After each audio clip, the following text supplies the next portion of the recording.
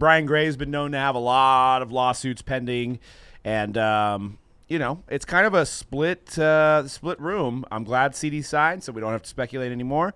But I think this is in our career of doing sports cards, which spans 12 years. I think this is the first athlete that was sued by a company for autographs. So a lot of collectors rejoiced at the news and said this should happen more often.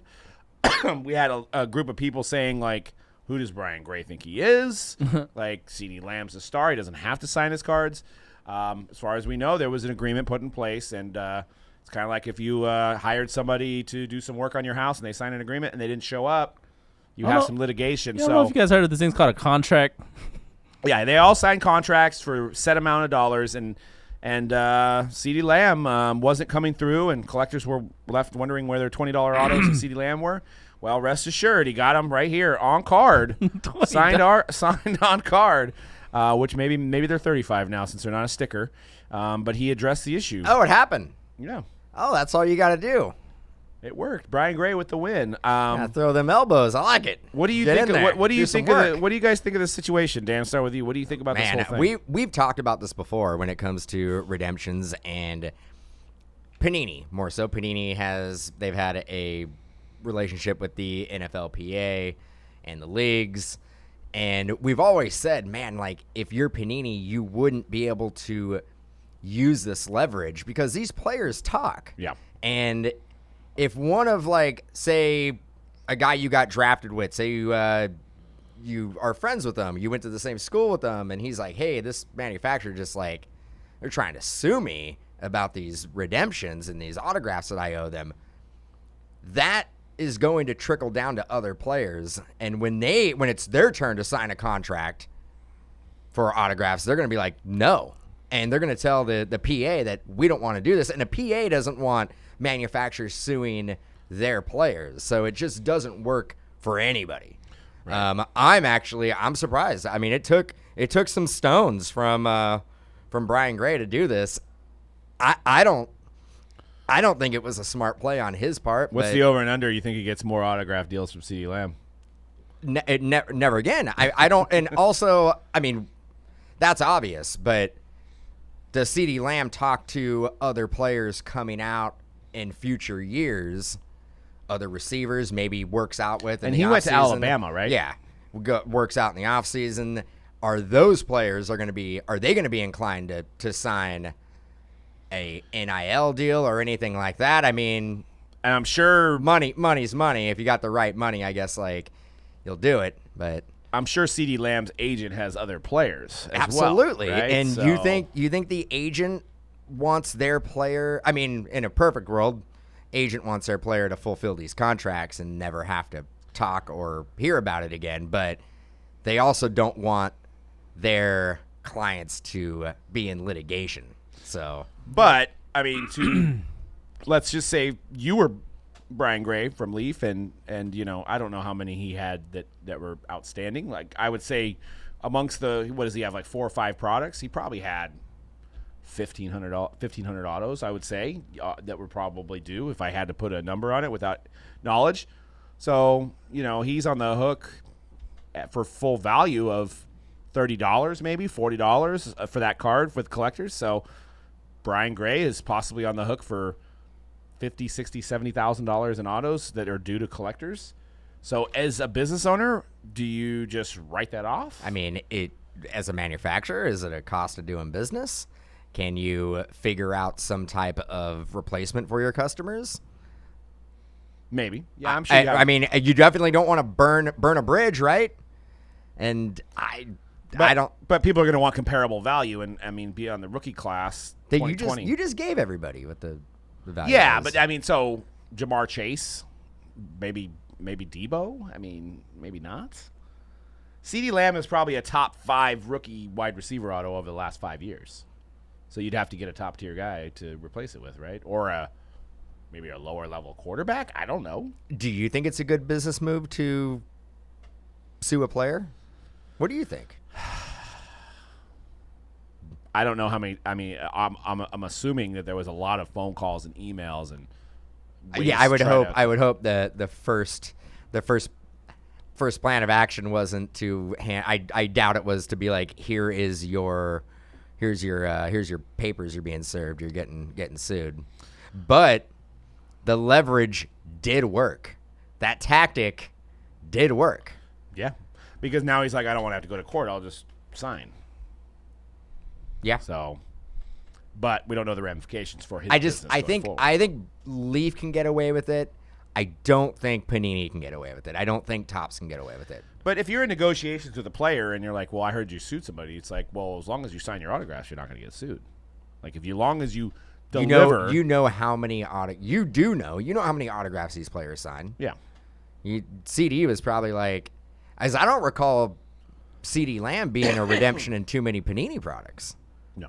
So he probably was like, I've done everything I need to do. I'm done. I mean, to credit CD too, I mean, he was, if you remember, the draft night was one of the more famous draft nights where he had to hit the phone out of his girl's hand because it was a pandy draft.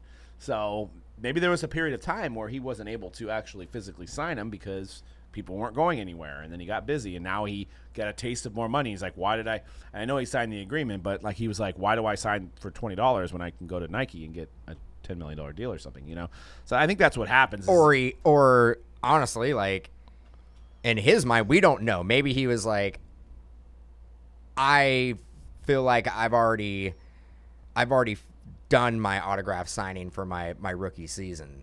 Maybe he was like, I don't remember signing a contract with Leaf. Like, you don't, like, these players, the cards get put in front of them. Do you think they really know? And he may have just signed something his agent told him to sign. Do you think they know what manufacturer or what set of cards they're signing at any given time? It could have even been DocuSign too. You never know, right? Yeah, I mean, he may have been like, cool, like, my autograph deal. And he's thinking Panini. He's like, my autograph deal, I'm done with that. And then he sees these Leaf cards, and he's like, no, man, I already finished that. Like, I'm done with that. Yeah, because he was a rookie 2 years ago. He doesn't know. He doesn't know the difference between the Leaf and Panini cards. Yeah, and to give you sorry, guys, I know we do. I know when you're like in this industry and in this hobby, like, it goes without saying you know what the different manufacturers are, but these players probably don't. And what these companies and the NIL deal changes things. This was before an NIL deal, but what we've heard from manufacturers and players is these guys don't get their check until their first day of training camp. So there's a period of time from when they get drafted in April till about like June before they get any money. So a lot of them have to already start putting out money for trainers, for maybe chefs, for marketing, for all this. So they actually have to put money out there that maybe they don't have. So these sports card companies actually come up in a sense because they're like, Mr. Fifth Rounder here, here's $1. You're going to sign 10,000 autographs. And that's $10,000 to somebody that may not have any money, especially if they grew up in an area that they were, impoverished and they didn't have any money. So $10,000 might help pay for their workouts, might pay for their trainer. So they sign these deals early, especially right out, and then they have to wait until they get their first check. So might have been a situation with CD where he's like, okay, yeah, I'm getting $5 an auto. That's cool. And then it's like, well, now I got my check. I don't need to do this anymore. Yeah. And maybe he's getting better money by just showing up to somewhere in Dallas, right? I think it actually, and another thing, throw another spin on it, a lot of these players probably get advances from their agencies. But probably with interest. Probably. So they basically, they may get like, $100,000 to go get set up, get an apartment, buy a car, like have some spending money. You're going to get drafted, but you're going to basically pay that back. Like the agencies are going to be, like the agents are going to be the first ones to get their money back when you sign a deal. So the agents are probably pushing for these type of deals because they're already on the hook. Yeah. They're owed money, so they're like, let's get these deals in place because we need to get those checks rolling in before you get your first game check. Yep. What are your thoughts on the whole thing, Cody? The thing that struck me is that it's like this is the right thing to do for the customer, clearly. I mean, because people, what do people want? Like, I think the thing that people probably complain about the most in the hobby is not getting those redemptions, and it's like, it's great that the collectors are going to get their redemptions. That's great. But I think in the long run, it's like is anybody, like you guys said, like, did CeeDee Lamb know Leaf at the time? Did he know the difference between Leaf, Panini, Topps, whatever? Probably not. Does he now? You bet he knows now. And now there's also, we know about the stuff with Giannis in the past. And I wonder now, as Fanatics takes over and has more control, are these athletes going to be a lot more careful about where they sign? They're going to have certain reputations for certain companies. So it's a double-edged sword. It's like, it's just good for the customers that they're getting their autos, but in the future, are athletes going to shy away from saying, oh yeah, I'll go I'll do some autos for Leaf or whatever. Maybe it doesn't, but I think as Fanatics starts to have more control in the hobby, that maybe they decide, well, I'll just go with them, because that's not, Fanatics is a catch-all where it's like, it's not just cards, it's the memorabilia, and it's all that stuff as well. So it's easier just to go to a one-stop shop rather than have this contract, this contract, this contract. And you don't know. I mean, I'm not sure if he was because the Leaf has the All-American Bowl set where these guys are actually in college, and he's had that for years. It may be a situation where he contacted him first, and CeeDee Lamb didn't have any idea. And this is all just speculation on my behalf. It's not any truth behind it, but we don't know if he was like, $3 an auto, and at the time CeeDee Lamb's like, yeah. And then he signed a contract after he got drafted for $3 an auto too, and then Panini's like, well, you're a first-round receiver, $15. So he might have been like, well, I'm screwed. I've been getting screwed by Leaf, so I'm not going to sign those, even though he signed a contract, right? I mean, we don't know. We just know that a lot of Leaf stuff comes out first, right? Mm-hmm. So he may be now, like you mentioned, to add your point, Fanatics and profit sharing, and these players are like getting paid by Fanatics and their jersey sales and stuff like that. And they're like, this guy over here is like paying me nothing, and he wants me to sign this many? Like, nah.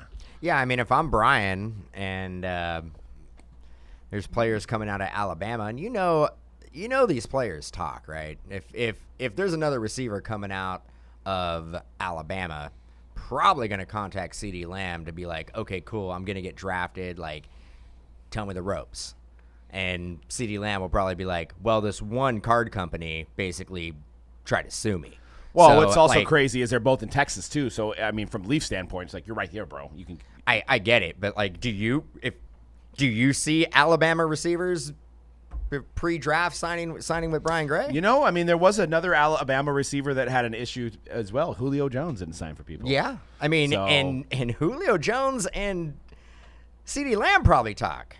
I mean, the wide receivers, same position, same school. Like, I don't see without a doubt that they talk. And now with the NIL, especially, like, Bama is the one school where, like, those athletes are going to do very Right. well with the NIL deals. So yeah, I think it's even more incentive to You're right. not He may- pursue these deals like they were in the past. He may be hearing about the deals these guys are getting that they're still playing. And he's like, Right. wait, I'm getting nothing. Yeah. So what are your thoughts, C-Red? I mean, pretty much everything what you guys have been saying. I think for the customer, like what Cody was saying, for the customer is great. Leaf did the right thing by their customers by going out and getting these redemptions filled, right? Yeah. But as we've talked about a million times on the show that you guys were alluding to, Panini and Topps can't do this. Like, they just can't. It just Players Association. right. It's so. I mean, yeah. Hopefully, and like you were saying, CeeDee Lamb comes from Alabama, where they stay in school for like 3-4 years. So like the guys that are coming up now through Alabama, they're definitely gonna talk to him. Yeah. Because they've all been teammates before, right? With all these guys, and Alabama's a huge school. So this kind of like, you're right. We haven't really ever seen this before, dude, in the hobby, right?